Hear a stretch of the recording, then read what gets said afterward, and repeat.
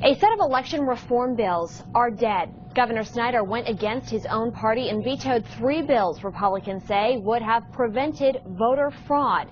But as News 10's Fei Lee reports, Democrats are praising the governor for stopping what they call voter suppression. Governor Snyder vetoed 3 out of a package of bills to reform Michigan's election procedures.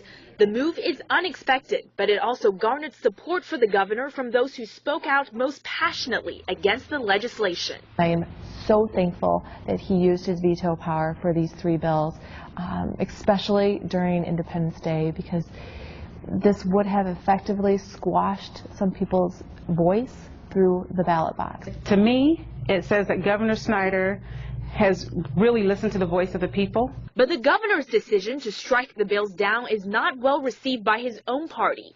A spokesperson for Speaker of the House says they're disappointed and argues the bills would have helped to prevent election fraud. We think it's going to protect voters and protect the process so that people know that when they go in to vote, that their vote will count. The bill sought training for those participating in voter registration, required a voter to reaffirm U.S. citizenship, and a photo ID when picking up an absentee ballot.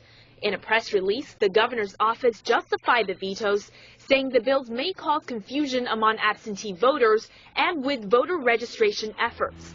But Republicans say they're not ready to back down. We will work with the Secretary of State, Ruth Johnson, and with Governor Snyder to find out if there is a way that we can bring these election reforms to bear here in Michigan, and we can get done the things that we think need to be done. Opponents say the bills would have unfairly targeted seniors and low-income voters, people who may not be able to get a photo ID. Despite the vetoes, the governor did sign 11 bills into law. What sort of changes are being implemented? Well, Lauren, essentially the governor says it'll increase transparency and consistency. They include allowing military members and overseas citizens to vote in state and local elections by absentee ballot. In addition, on-site and absentee ballots must be printed using the same format to cut down on confusion during the counting process. And of course, Republicans would argue the 3 vetoed bills also work to improve the election process. Exactly, and Republicans see them as, crucial reforms that they say essentially won't deny any eligible citizen the chance to vote. All right, Faith.